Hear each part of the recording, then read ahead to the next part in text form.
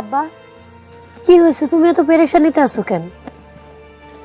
ঘটক কইল জামাইরে কিছু দিতে হইব। কি ওরা যৌতুক চাইছে? তুমি না কইলা পোলা ভালা?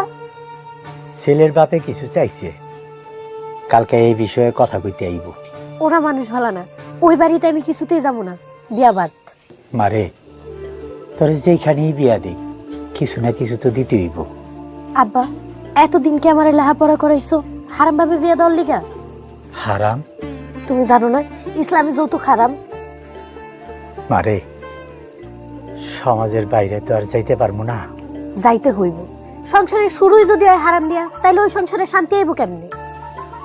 আচ্ছা মা, তুই চিন্তা করিস না, দেখি কি হয়। দেখি না আব্বা, তুমি সাফ সাফ করে অনগরে কয়ে দিবা, একটা টাকাও যৌতুক দিবা না। মন চাইলে বিয়া হইব, না মন চাইলে নাই। ঠিক আছে মা, তুই ঘরে যা। তুমিও চলো ভাত খাইবা।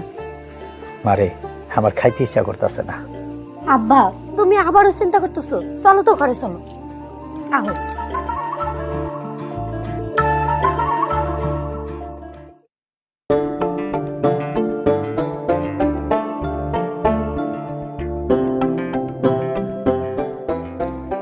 অনিক, আনিকা,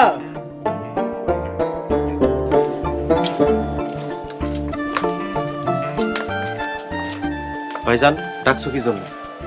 চল নামাজে যাবি। আব্বাই তো নামাজ পড়েন, আমি কি পড়ব? নামাজ মুসলমানের জন্য ফরজ, যার যা হিসাব তার কাছে। ভাইজান আমি নামাজ পড়ছি। অনিক চল আমার সাথে নামাজ পড়তে যাবি। ভাইজান আমার খিদা লাগছে, আমি ভাত খাবো, তুমি যাও।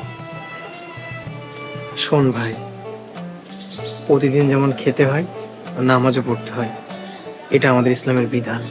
যা টুপি নিয়ে আয়। ঠিক আছে যাইতেছি।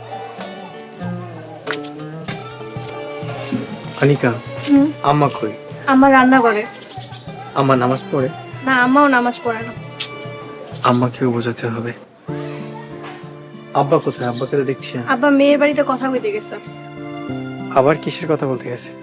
বুঝো না, বিয়ের দেওয়া নেওয়া বেশি আলাপ করতে গেছে। আব্বা যে কেন বুঝতেছে না যৌতুক নিয়ে বিয়ে করলে যে সংসারের বরকত কমে যায়। কিন্তু ভাইজান আব্বার বিরুদ্ধে গেলে তো আব্বা রাগ করবো।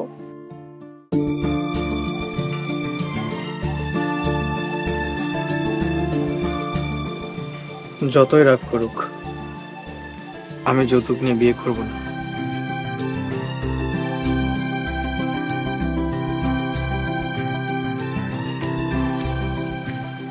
ভাইজান চল। হাই